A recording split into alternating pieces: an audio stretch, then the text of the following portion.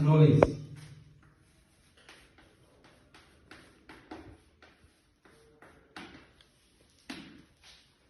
Elektroliz bu moddalarni elektr toki ta'sirida parchalanishi ekan. Moddalarni olgandan doğruq elektrolitlardir. Elektrolitlar eritmasi yoki suyuqlanmasi elektr tokini o'tkazadigan moddalarga elektrolit deyiladi. Endi biz natriy xlorid suyuqlanmasini dissotsiyalanishini bilamiz. Natriy va xlorid ionlarini ajraladi ekan.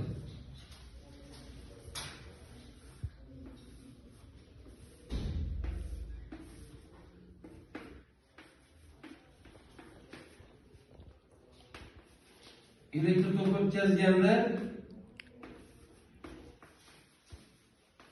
mana bu ionlar tarkiblari cheklanadi. Musbat zaryadli ionlar manfiy qutbga ulangan elektrod katod tomon harakatlangani uchun kation deb ataymiz. Manfiy zaryadlangan ionlar elektr toki o'tkazilganda musbat qutb, ya'ni anod tomon harakatlangani uchun anion deb ataymiz. Deb aytadi. Xo'sh, shu o'rinda to'xtab qoladi dissotsiyalanishda. Endi elektroliz shu elektr toki o'tkazgan vaqtda kation bilan anionlar katod va anodga borgandan keyin qanday jarayon bo'lishini elektroliz tushuntiradi ekan. Qanday jarayon bo'ladi? Natriy katodga boradi, shunchaki katod yana borib qo'yavermaydi ekan. Katod manfiy, bu yerda elektronlar bor bunda deydi. Katod natriya elektron beradidan natriyni qaytaradi. Ya'ni bu yerda qaytarilish jarayoni bor demak, natriyni oddiy metallga qaytaradi. Anod esa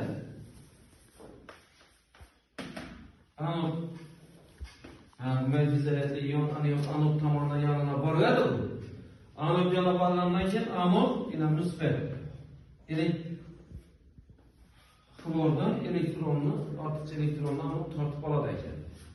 Ya'ni bu yerda oksidlanish jarayoni bo'ladi. Xlor oddiy moddaga aylanadi ekan.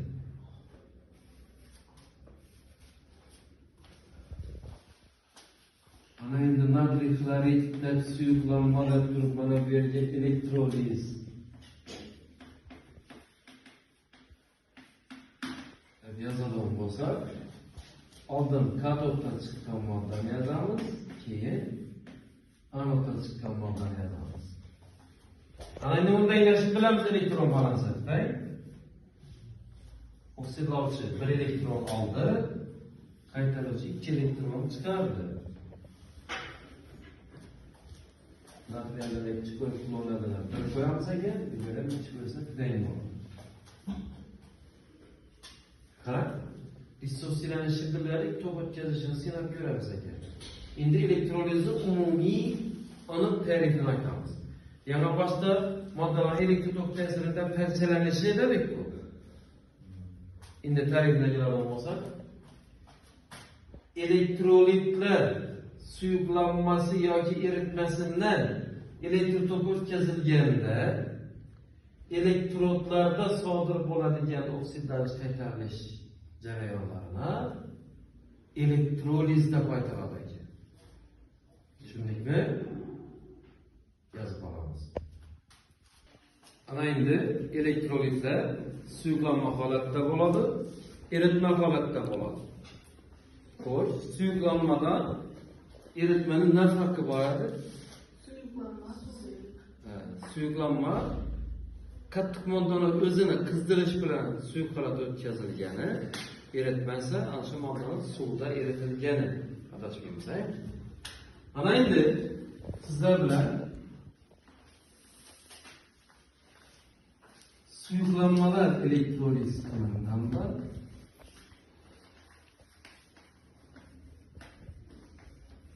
qanday bo'ladi? Suyuqlanma degani qandaydir qattiq moddani suyuq holatga o'tkazilgani.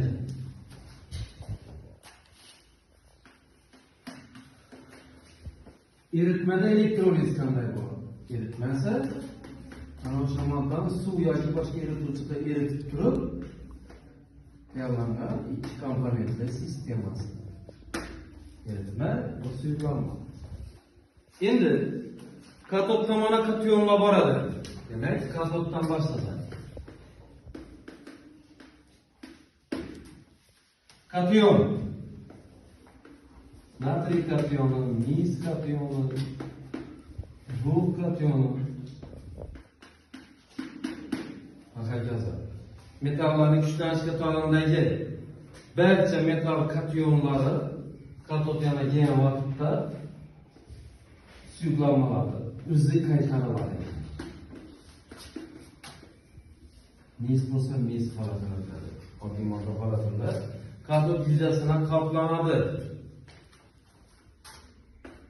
Kaliy bo'lsa, kaliyni o'zi qaytariladi. Oddiy metal holga kelsa. Anoddan ichish bo'ladi.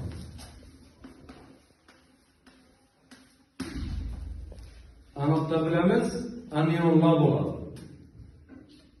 Anionlar. Anionlar ikki xil bo'ladi. Ya'ni kislota qoldiqlar. Kislorodsiz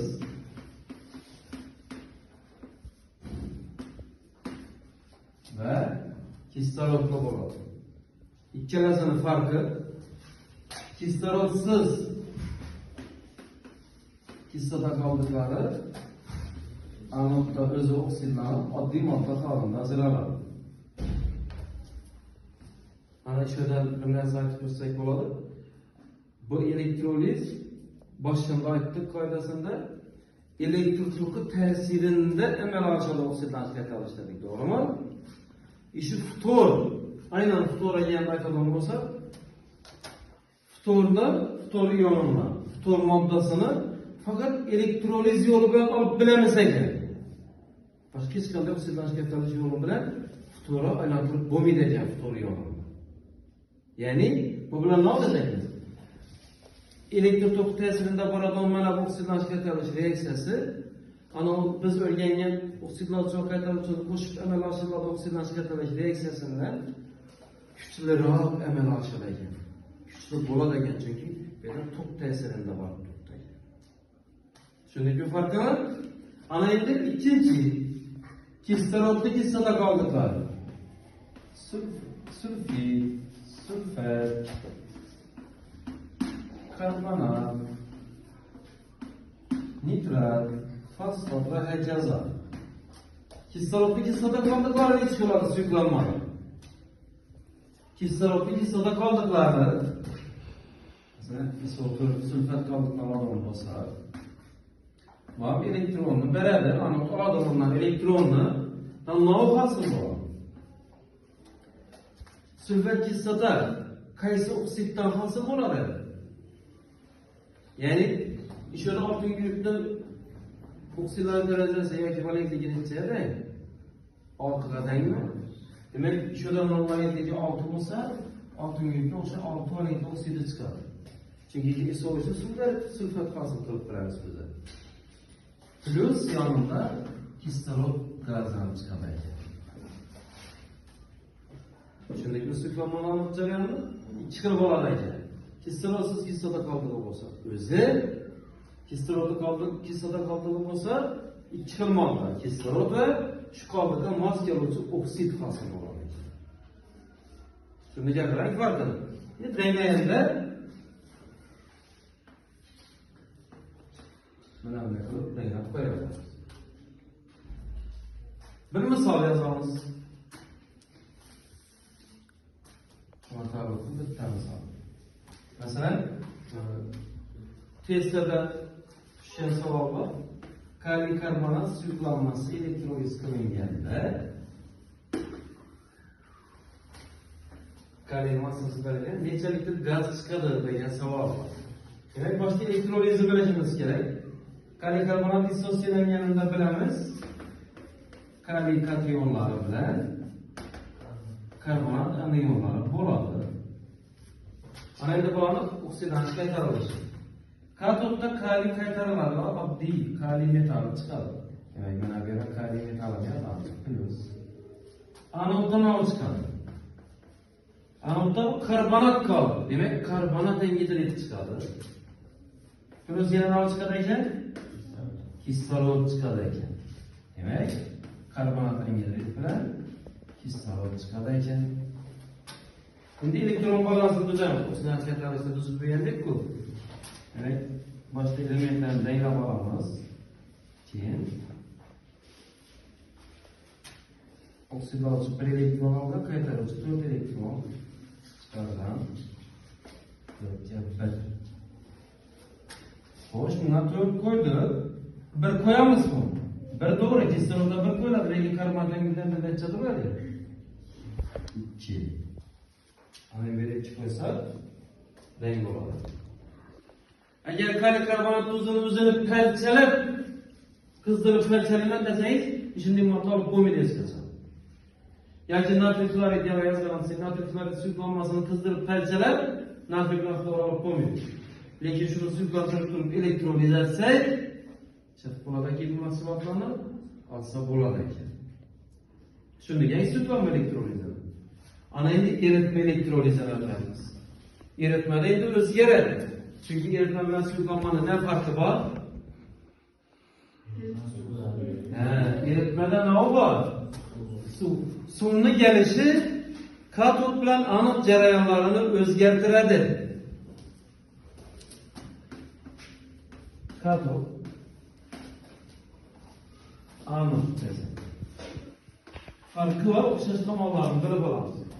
Şimdi Beketov degan olim metallarni aktivlik qatorini tuzadi. Metallar aktivlik qatorina ko'ra necha xil metallar bo'linadi? 3 xil ekan. Birinchisi aktiv metallar.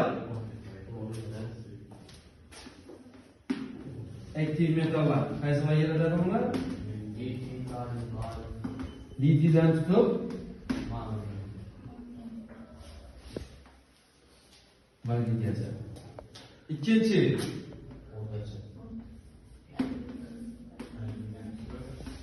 ortacha aktiv metallar.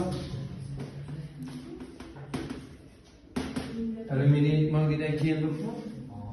Aldimmi?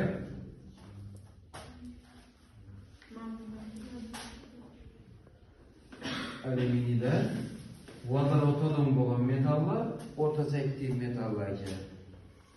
Ve üçüncüsü pasif metallar. Vodoroddan keyingi. Vodoroddan keyin o'zi mis, kumush, simon, oltin, platinalı rang. Nasıl üç hazırat? Nasıl bu? Sülflanmalar her qanday metalni o'zida verdik. Bu yerda 3 hazır atıldı. Sebebi nima ekan? Suvni gelishi. Suv gelmegi o'zgaradi. Pasif metallar o'zgarmaydi. Pasif metal mesela oltin katyonu turgan bo'lsa, katodda oltinni o'zi qaytariladigan oltin metali holida ajraladi. Pasif metallar sülflanmada bo'ladimi, eritmada bo'ladimi farqi yo'q. O'zi qaytarilaveradi. Aktiv metallar işi var. Aktiv metallar barmaydi aktiv metal iyonları katod yanaydı. Uzun ondan suvni yaratacak. Yani suv qaytariladi ekan bularni o'rniga. Katodda vodorod gazi chiqadi ekan. Eritmada gidroksid iyonlari qoladi.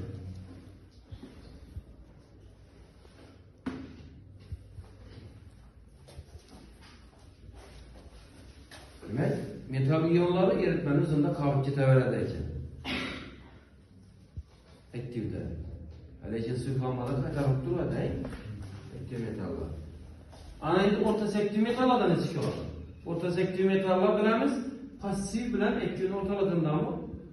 Demak, ikkisini xos reaksiyon bo'ladi. Ya'ni o'rtacha aktiv metalni o'zi qaytarilib metal holida ajralib chiqadi. Plus suv qaytarilib vodorod gazdan chiqadi. Yani bu İkisini ortalık bo'lgandan keyin ikkisini xos bo'lgan reaksiyalar aralash bo'ladi ekan deydi. Tushundingmi? Masalan, shartına qarab metal yoki vodorod chiqarib ishlatishimiz mumkin bo'ladi. Demak, kazobchalarni tushundik hali suyuqlanmadan farqini. Endi anodda. Anodda anionlar necha xil bo'ladi? Kislorodsiz kislota qoldiqlarining ftordan boshqasi o'sha suv kelishi bilan ftor o'zgaradi. Ikkinchisi ftor va kislorodli kislota qoldiqlari.